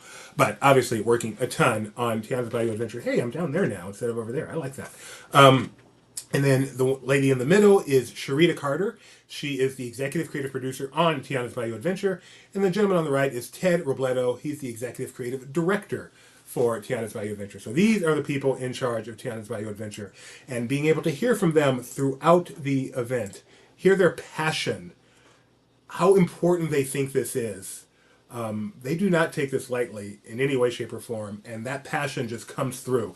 And obviously, ultimately what matters is the attraction, because no one that goes on the attraction is going to have this history and hear all of this. And it doesn't matter. They shouldn't. You should like the attraction or don't like it for what it is. But for people like us who are fans, it is a treat to be able to hear that passion and hear how important this stuff is to us. And I am very thankful that I was there to hear it in person. If you care to, I have all of their presentations on video on this YouTube channel, and I think you'll be impressed. I don't know if it'll make you like the attraction more. I don't know if it'll make me like the attraction more, but I think you will be impressed by at least the effort that they are putting into this. It means a lot to them. So anyway, Dookie Chases, the food was amazing. One of the things we did here was we got to hear names again. So one of the things they announced was that this gentleman here, his name is Terrence Blanchard. Terrence Blanchard is going to be doing some of the arrangements for the queue. So you're going to hear some music in the queue, at least arranged differently you've heard before, from the score from the film. There's also going to be some New Orleans standards that you'll be hearing in the queue. And Terrence Blanchard is doing that arrangement. He played the parts of Lewis's trumpet in the movie. So you have heard him before, and now you're going to be hearing a lot more of him. And so we learned that at this event, which is really cool. And I go into much more detail on all this in the article that I put in the link if you want to read more. But I just want to get through this one, give you a little bit of overview. The food was amazing. I, of course, am a vegetarian. So this is what they made for me. Zucchini around, I don't even remember what's inside that zucchini. I don't even like zucchini. This was amazing. It was so good. And then, here, I can show you this. You can see on the pictures real quick. This salad, just a stupid, simple watermelon salad, was so incredibly good. It was like one of the best things I had on the whole trip, just watermelon salad. I don't know what they did special to it, but it was amazing. And then they're really known for their fried chicken. So they brought fried chicken to the table for 4 people to a table. Excuse me again. As I said, I'm vegetarian. So somebody at my table got 2 pieces of chicken. You're welcome. I could hear the crunch. It sounded really good. Everyone raved about it. One of the highlights of my trip was getting a selfie with Stella Chase, the current matriarch of Dookie Chases. I could see getting this framed and putting it on my wall. Hearing her story and the story of Dookie Chases and the Chase family, this picture means a lot to me, and I could see putting this on my wall somewhere. And yeah, I agree with you. Them doing this event was a wonderful idea. I'm glad they did it. All right, moving on from Dookie Chases. So after Dookie Chases, you can see One of the things Stella told us about being at Dookie Chase that's really cool is she said that not a day goes by that someone doesn't come into their restaurant specifically because they want to see Tiana's restaurant. And the pride that she has in being able to say that is, you can feel it, and it's great. They love that association. This is hanging in their lobby at Dookie Chase's, along next to pictures of President Obama there and proclamations from the Pope. They've got this that they got from Feature Animation. Thank you very much, Mrs. Chase. This would be Stella Chase, the matriarch, for all your inspiration. You not Stella, I'm sorry, Leah Chase, Stella's mom. Thank you so much, very much, Mrs. Chase, for all your inspiration. You are the real princess of New Orleans. And it's signed by the directors, John Musker and Ron Clements, and signed by John Lasseter, who was the head of animation at the time. Yeah, that was really cool, seeing that in the lobby there. All right, after that, that was it for the Disney stuff during the day, but I had been in New Orleans for more than a day, and I had yet to have an authentic beignet. So me and a few of the other people that were there that I knew or got to know said, let's go get some beignets. Where do you go? You go to the famous Café Du Monde. It was open till 11. It was only about 10. We're going to Café Du Monde. We're going to get some beignets. How did we go? We went down Bourbon Street. Was that a smart move? No. We did not come back through Bourbon Street. Bourbon Street is not Doobie's kind of place. But we did make it to Café Du Monde. Had some incredible beignets. You can see right here. Oh man, were they good. Like this better? Nah, that's good. They were good.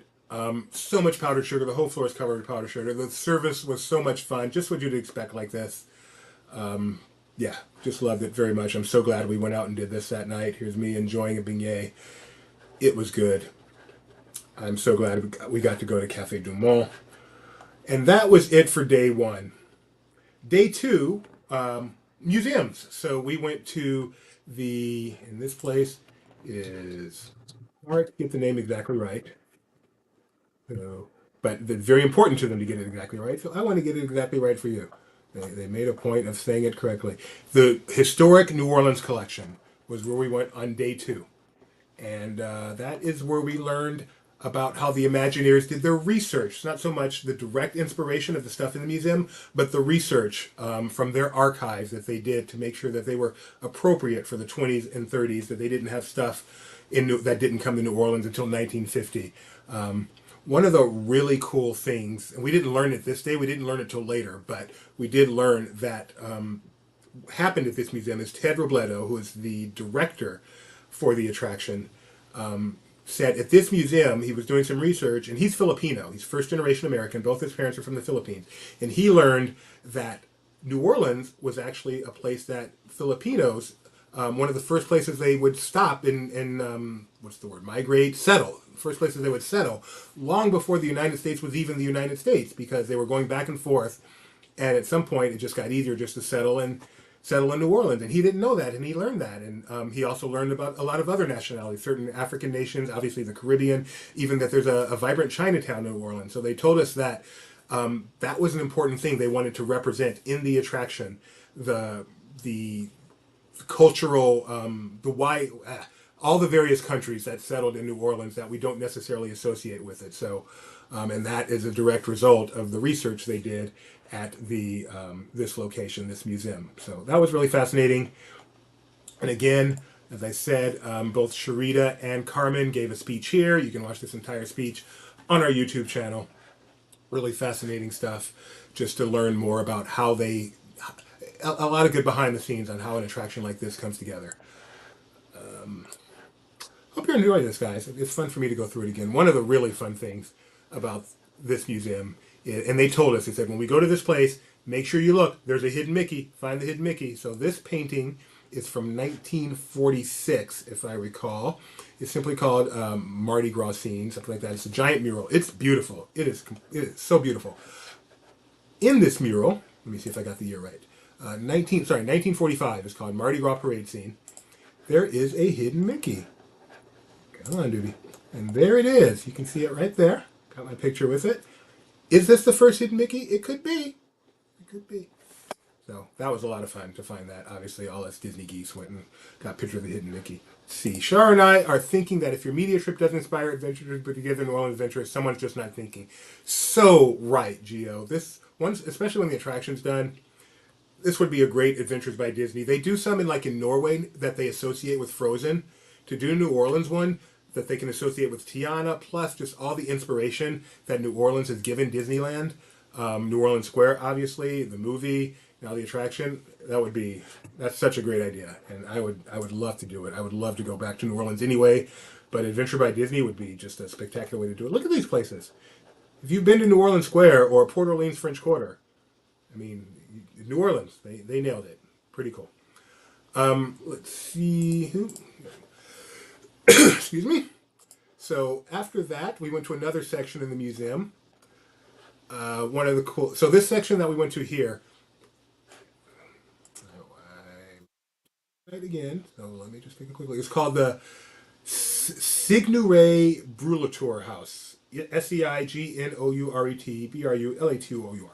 It was built in 1816, and they've restored it, and they've opened it up, and they've put a lot of art in there, so it's now an art museum, but it's actually the place that's been there since 1816, and you can see there's the courtyard for it, and I show you this because you can see in the courtyard, that's actually a well, and you can't really tell, but the well starts quite a bit below the level you're on here. This door is really, really short. There's a window over here that's really, really low. The reason? Because they built over it over the years, but back in 1816, everything was down much further. So this, again, was a museum. Got to see a lot of art, a lot of historical New Orleans art. It really focused on New Orleans here, and that's how the Imagineers use this. I love this right here. This is a pipe organ that has been here. I don't know if it's been here since 1816, but it's been there for a long, long time. And it was actually created even back in the day as a player pipe organ. It wasn't meant to be played, but it played itself. It still plays itself, but now it does it via MP3. But it does use the pipes of the organ. And as they told us, these pipes right here are purely decorative. But if you can see, let me see if I have another picture of a pipe. Yeah, if you can see right over here, this window, or this lattice work, the actual pipes that are making the sound are behind there. And it was cool because while it was playing, I went up next to it. Thanks, Nate, for the suggestion. Went up next to it and put my ear next to it, and you can actually hear the blowing of the pipes. And that was just really cool to be engulfed by this pipe organ and actually be able to feel the wind back there. Just a really cool experience. So our next stop was the New Orleans Jazz Museum. And obviously, that played a huge part in Princess and the Frog and in Princess Tiana's Bayou Adventure. Once again, we had the pleasure of hearing from Carmen and Sharita as they talked about the importance of music and the inspiration of music in this attraction. They did reveal to us for the first time at this event that Naveen's little brother Ralphie was going to be in the attraction as an animatronic. Ralphie is learning to play the drums, and they were going to have Ralphie playing the drums in the attraction, which is going to be really cool as an animatronic. And the children's drum set that he's playing is actually modeled after, actually modeled after a drum set that is in the office of the director of this museum. His name is David. He talked to us as well. He told us about this drum set, and this is the actual drum set. It's an antique. It is period, 1920s and 1930s. It is a period appropriate for the attraction, and they modeled little Ralphie's drum set after this. So when you go ride Princess Tiana's Adventure and you see that drum set, you now know where it came from. That's pretty cool.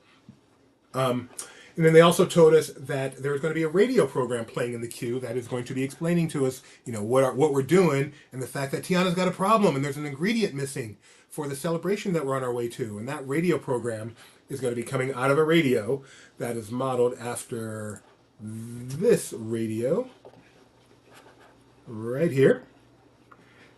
And this is again a period. It was a radio/record player from the 30s. And this will be the model for the one that is in the queue. So that'll be, again, you can make that connection, which I think is pretty dang cool. Excuse me. So that was the Jazz Museum. We also saw some pretty cool archives there. My favorite thing that I saw with the Jazz Museum, because I'm a big fan of seeing the actual thing. There's something I love about just seeing the actual thing. So this was a trumpet or a cornet. I don't know the difference, but it's labeled a cornet. I'm sure there's a difference. A cornet played by the famous Louis Armstrong, who of course is the inspiration for Louis in the film. This was his home cornet, and there it is. And I'm so happy I got to take this picture of it and see it for myself. So that was the Jazz Museum. The next place they took us to was Preservation Hall. Have you heard of Preservation Hall? It is so famous. so many people have gone through Preservation Hall and played music, the absolute greats in the history of jazz, and I can't believe that I got to go to Preservation Hall. Tiana was there to meet us in the courtyard again. Got yet another picture with her. So happy to see her. This time she's in her, what's this, a flapper outfit. Got to see Tiana and take my picture here in this cool dancing outfit. Prior to this, she did a little bit of dancing out there. And then we got to go inside Preservation Hall, see a band playing some, they were actually playing songs, extra jazzy versions of songs from Princess and the Frog, which is really cool. And then we got another presentation. This one was by Dennis, and let me get you his last name. He is, well, let me get you his last name and exact title. Not Dennis, goodness, his name is John. Right? Get out of here. All right, on the screen you can't see. His name John Dennis? There you go. I knew his name. His name is John Dennis, the gentleman on the left. He is the executive creative director for music on Princess Tiana. I'm sorry, on Tiana's Bayou Adventure. And there's Ted Robledo, the executive creative director. And they spoke to us about the music for the event, for the attraction. But the biggest reason they were here was to give us probably the biggest single bit of news to come out of the event. And that is that there is going to be a brand new song created just for the attraction. So this attraction will have its own theme song, and it is being done by a very accomplished musician that I unfortunately had not heard of. I have now. I've done some research, but a lot of people in the room were very excited when this name was announced. His name is PJ Coleman, and he is in the process of creating a song for Tiana's Bayou Adventure. In fact, the reason that John Dennis and Ted and PJ were here is not for this event. In fact, none of the Imagineers were in New Orleans for this event. They were there working on Tiana's Bayou Adventure. And these guys took a break from the recording studio to come out and talk to us and make this announcement. But they're out there working hard for this attraction opening in late 2024. So very exciting for PJ. And one of the cool things, but we got this both with Terrence Blanchard and with PJ Coleman. And I've seen this a number of times.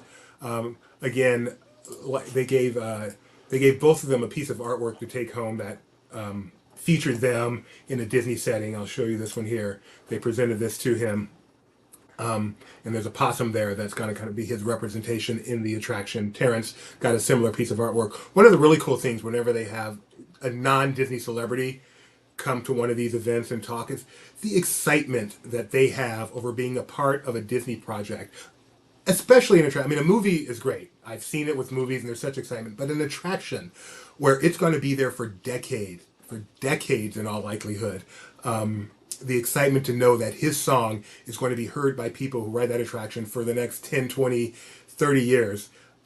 You can tell how much that meant to PJ Coleman. And it was really exciting to be in the room and hear him talk about that. And then the pride he got when this was presented to him. Though that's one of the really special, cool things about me being media, and I'm very happy, very thankful that I got to have that opportunity. So that was it for Preservation Hall. Our last stop on this trip was Mardi Gras World, which interesting place. This is where they actually make the floats for Mardi Gras. There I am drinking my Hurricane non-alcoholic variety, the sweetest thing you have ever put in your mouth. Oh my. So this is where they actually literally make the floats for Mardi Gras. That is 50% of the business. The other 50% of the business is floats for other things. For example, while we were there, we didn't get to see it, but they told us a few times they're working on floats for a parade at SeaWorld Orlando. They told us that they are one of the few places that is able to do Disney licensed stuff like this without having a Disney person on site to approve it, which, that's something proud of. So not a lot of direct inspiration that was talked about regarding Mardi Gras and Tiana's Bayou Adventure. So I spent the time just trying to get pictures of all the Disney floats that I could find. So there was Lumiere you just saw. One of the highlights of the trip for me, because I like seeing the real thing, was just standing next to the Mississippi River. So here you go. That smile is genuine. I love the fact that I just got to stand right next to the mighty Mississippi. It was cool for me. So how many Disney floats saw some of the Disney floats. There's Aladdin right there. Right next to him was Darth Maul. Kind of cool to see these things up close. We also got to see part of how they make these floats. Really interesting that they actually have a drill kind of thing that cuts the styrofoam. So it's programmed on this computer, And then they showed us out here where they put a piece of hard styrofoam. We were able to go up right next to it, actually, and it just literally cuts the styrofoam to get the basic shape. And then, of course, people go in later to get all the details. So it was cool. I enjoyed our visit to Monorail World. Nope, to Mardi Gras World, especially seeing all the Disney stuff. Let's show you another Disney picture here if I can. I know there's more. Oh, yeah, here we go. There's a... And of course they're from Mardi Gras, so they're Disney, but they're all just a little bit scary. So, kind of neat. And that was really it. We finished up in this really cool place because it reminded us of the Blue Bayou because you go inside. They do convention. They do like convention or whatever here. You go inside, but you're actually outside. And then outside is this building. So that was cool. Reminded us of the Blue Bayou. It was a nice way to end it. We danced our way out of there. That was it for the Disney event. That was not it for my fun in New Orleans. Me and a few of our friends went out to Mr. B's Bistro. The B in Mr. B stands for Brennan. You may know that from Ralph Brennan's Jazz Kitchen at Downtown Disney. They have a number of restaurants in New Orleans. This is the one we chose to go to. It was spectacular. I'll show you. It's a little bit fancy schmancy. Not too fancy schmancy, but just a little bit. I, again, being a vegetarian, got the garlic fries. They were yummy. Quite yummy. Sorry, I don't want to... my good friend... Where is it? Did I get a picture of it? Yeah, there we go. This is a favorite. This is what two of the people of our table got. I did not, obviously. Barbecue shrimp. They all raved about it. I don't think my friend Lou will mind me showing this picture, but this is Lou getting his bib on for the barbecue shrimp. They do tie a bib on you because it definitely does splash. Lou Mangello of WDW Radio was one of the people I was lucky enough to have dinner with on this night. And also have a beignet with a couple of nights before. So, and then the highlight, of course, were the desserts.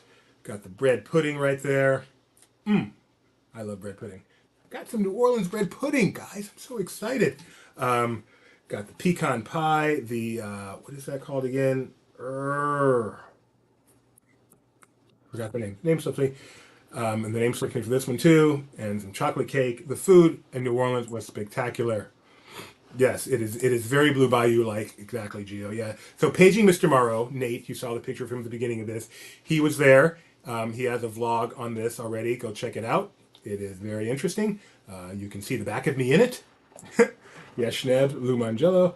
And so that's how we closed out our trip to New Orleans. Had a great time. I love the city more than I expected because I am not a party guy. But there's a lot more to New Orleans than parties, apparently. And the food was spectacular. And the people. I loved the people. When I had a chance to talk to the people of New Orleans, I love the South in general. People were really nice. Our server at Cafe Du Monde was awesome. Our two servers at Mr. B's Bistro was great. Just great. We love them. Everything was great. Everyone at the hotel. Can't wait to... My first time in New Orleans. Rebecca has been there before. I think, obviously, before we were together. So I can't wait to go back with her. And Gideon, of course, because it was great. And hopefully they'll do an ABD there, Adventure by Disney. It would be a great place to have one. So thank you guys for sitting through this. I hope you got something out of it. It was fun to talk about yet again. I love talking about this trip because it was a fantastic trip. And I am even more excited for Tiana's Bayou Adventure than it was when I went. And I think that was the idea. I can see why. I like how I closed it out in our article. So I'm going to read you. One of the things I do on the morning show a lot is read the final paragraph of something. So I said, this was my first time visiting New Orleans, and it was easy to see why it's a favorite American city. It inspired Walt Disney to create New Orleans Square. It inspired Walt Disney Animation Studios to create The Princess and the Frog. And now it's inspiring Walt Disney Imagineering to create Tiana's Bayou Adventure. Being such a historically and culturally rich city, I understand the desire to remain accurate and authentic. And now I much better understand the process by which Imagineering makes that happen. A love letter to New Orleans. I can't wait to ride. So, thanks, y'all. And we'll be back on Tuesday for another edition of Disney Trivia Live. And I think our next show is probably Monday morning, 9 a.m.